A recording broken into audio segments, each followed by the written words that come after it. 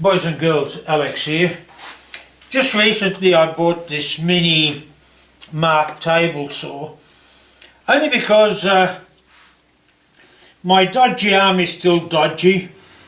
I used to make a lot of model toys like trucks and things like that, and I'd like to get back into them. And for the small pieces, I don't feel confident enough on the big table saw for the small parts. For the big parts, not an issue, but for the small parts, I'd rather do it on this. Anyway, rightly or wrongly, I bought it. Unfortunately, well, it doesn't really matter. It's 110 volt. I've got a step-down transformer, so that's not an issue. All I have to do is, because I run a 110 volt router on my router table, so all I have to do is drag an extension cord. But before I start playing around with it, and again I might give a bit of a demo later, the first thing I want to do is mount this onto a piece of timber that I can then lay out in an MFT style, so I can then clamp it down with my TSO lock dogs onto the tabletop. And for all it's worth, if I've got the holes, I'll have a way of, I'll have a way of mounting it out of the way, or, although this is only for demo purposes, like I have with this Craig pocket hole jig, although I probably won't sacrifice my TSO dogs. I might use something like 20mm dowels, but I can then prop it up on the wall or somewhere out of the way. And as I said, at the moment I'm just using this as an example of how I could store it, because I am running out of storage space and tabletop space. However, if I do make it into this MFT style, I can then mount it practically in a lot of different places and move it around easily. So the things I have to do is lay out the thing. Oh, I might have to sand that down flush. There's a bit of a ridge there. Oh, okay, yep. Not that that matters, but still, I don't like that. But what I'm going to do is lay that out. I've basically used the outlay. Can you see? Am I? Not quite. Well, anyway, outlay on the tabletop below. I've marked the corner so the holes will be on the perimeter. Then I've got to then position this, make sure I've got enough room, and then there's this template that gives you the hole drilling sizes, so I've got to try and make sure I lay the holes out so that that gets centered properly and stuff like that. So to cut the MFT holes is no great deal. MFT style holes, you've seen it in a lot of other videos, so I'm not going to cover that. But as I said, it's more a case of I wanted a base for it based on the MFT style concept. Oh, I'm actually dying to use this little bugger. I've had one practice cut and it's quite good. Anyway, oh, by the way, that there is just the functionality of it. It's got a side plate where you can store some of your stuff. Look, it came with a feather board, mitre, gauge, a a taper cutting jig, a little square, a blade guard, which actually it doesn't give you instructions of how to fit it, although it shouldn't be that hard, although I don't know whether I'll use it. I'm not a great fan of blade guards. However, I don't have a splitter for this, so and that does act as sort of like a splitter come, yeah, it's a, yeah, splitter. It's certainly not a riving knife. Oh yeah, another featherboard, quite cute. That one you can lock into your mitre track.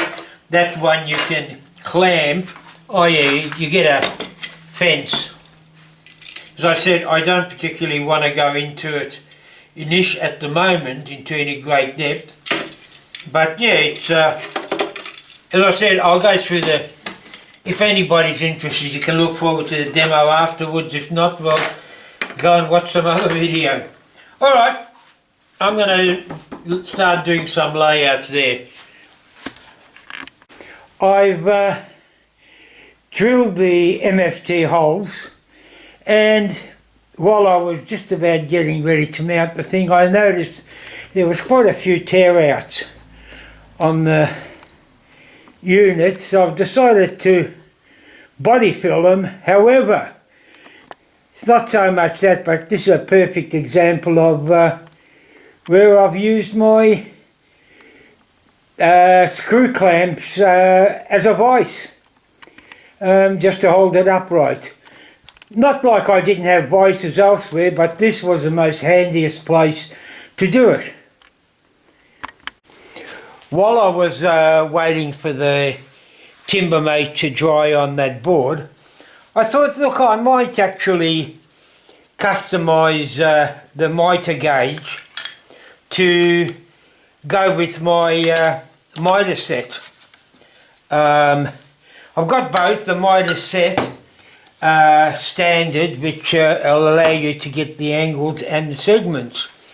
All I've done is got a 3/4 inch piece of timber that fits in there snug. Put a channel in there that was centred. I actually did it in such a way that I cut it, flipped it around, cut it again, decided how far, what extra I need, advanced it half of what I needed, bang, bang, till that fit snugly in there. So I've now got a gauge whereby I can test it. Now, just as a first thing, I tried 45 degrees, and I'm glad because for all it's worth, if I look at the actual markings on here, it's really 44 degrees. So straight away I'd be 1 degree out if I depended on that. Look, let's face it, you know, with small stuff like that, it mightn't matter. However, just to make sure, and I was quite impressed with the mitre set. The mitre set segments, basically, if you haven't seen it, is designed, if you want to segment something like, where is it?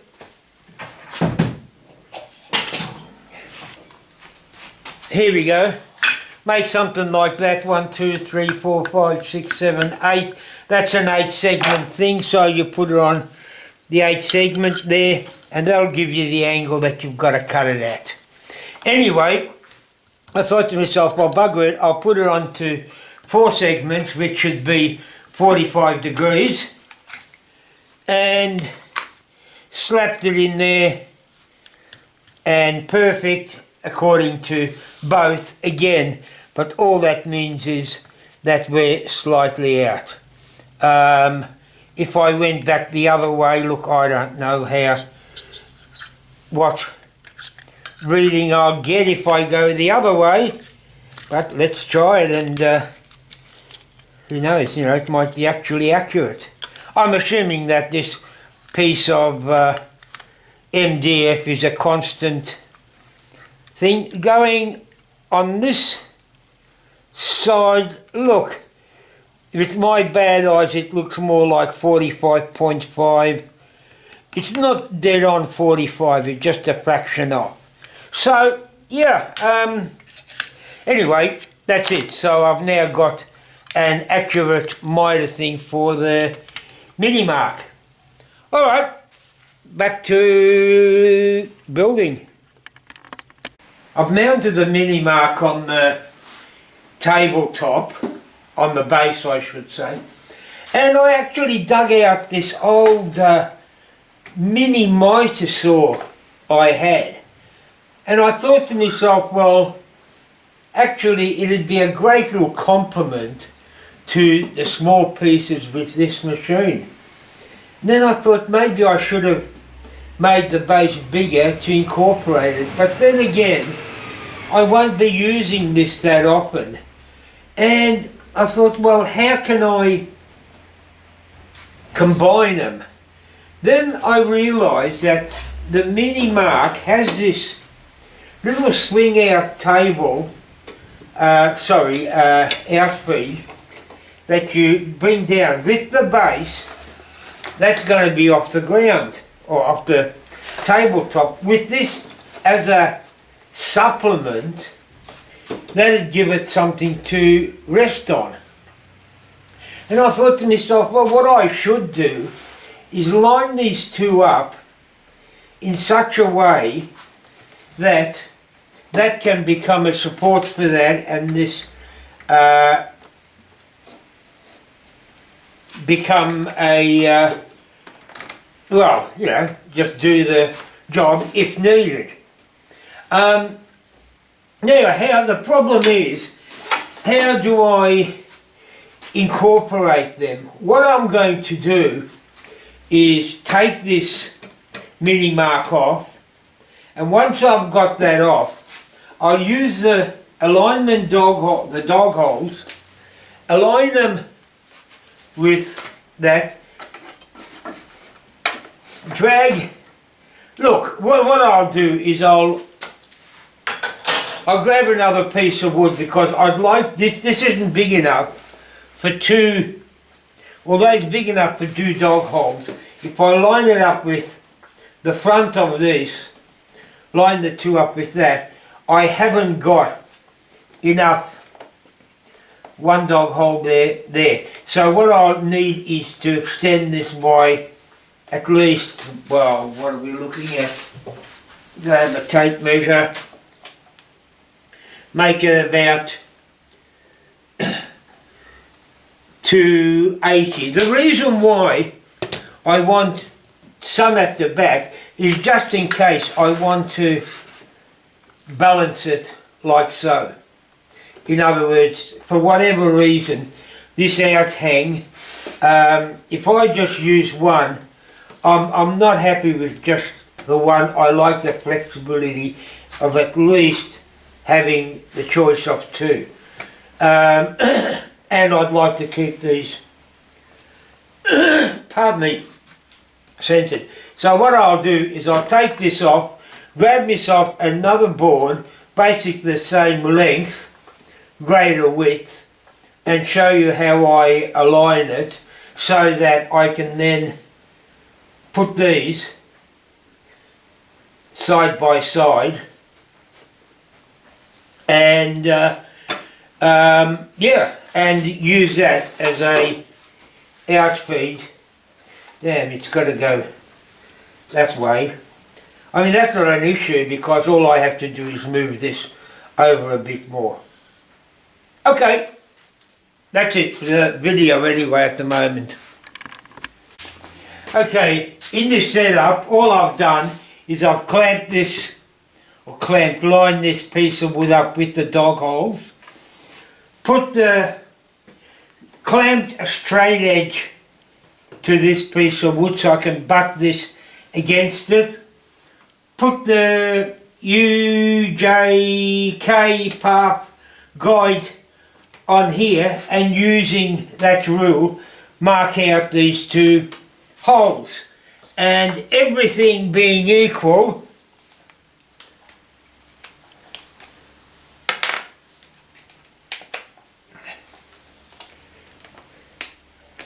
these should now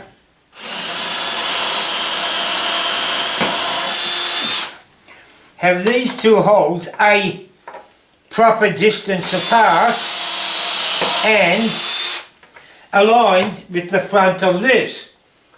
Now how the hell am I going to,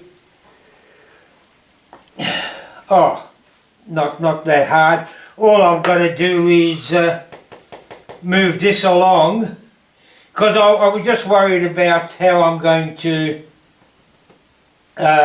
get this line of dogs going, because that now is in the way. No, I haven't got a dog. Alright, all I've got to do is just move this whole rig up and do exactly the same thing here. So it's just a matter of setup rather than waste video.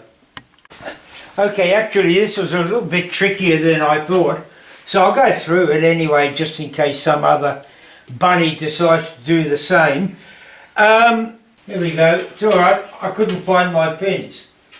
I've actually lined up, moved everything over and aligned them. However, that needs to be spaced accordingly. So, what I've done is use this pin, and finally I've found a use for this bloody third pin. I always said I've got no idea why I ever needed it. Oh, come on. As you can see, the tolerances are such a pain that, here we go, got it. Now, that theoretically should be lined up. Now, let's move this.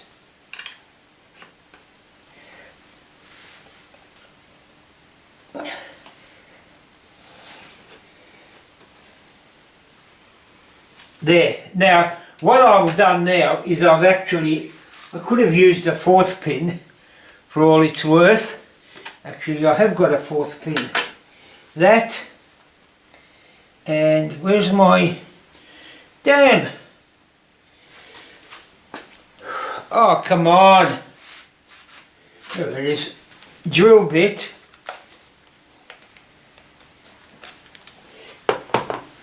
Should be my fourth pin. They're aligned properly. Now I can clamp this down.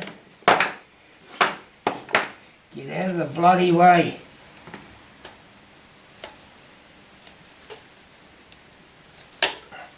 And hopefully move.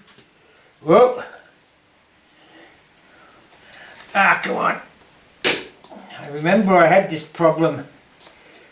Oh, come on. There, that's better. Because if I brought that up too far, I wouldn't be able to move this. So, get this out of the way. That'll be needed. You see, like those distances aren't that important, but unless I've got this exactly lined up, I'm not going to have exactly the 98 there, which is something I want to maintain. If you want the integrity of the MFG style, unfortunately you need to go through all this sort of shit. There, that's that, that's that. Now, I can drill these last two holes, and sorry for rooting around like this, guys, but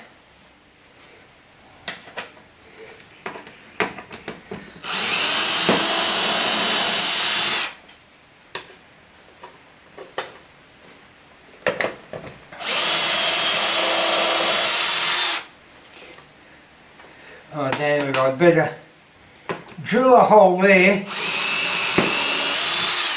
While I'm there, I'll do it again. If for no other reason you actually need 3 holes to align the drilling jig properly. That there, that there,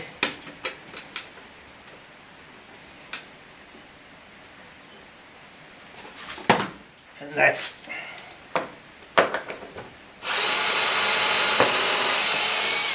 There. Okay, now hopefully everything being equal, I've finished with all that. It's just a case of using the template to drill the 4 corner holes. That's it for that, enough video.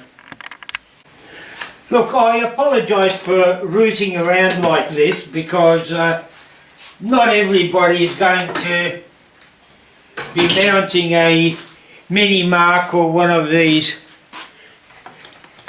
units onto their thing. However, the thing I'm trying to get across is the concept of when you're trying to match a base to an MFT style tabletop or whatever so they can integrate is going to be similar, and this is why you'll find that this concept will hold true for whatever base you might want to make, you know, rather than having to butt everything. Oh, come on, Jesus.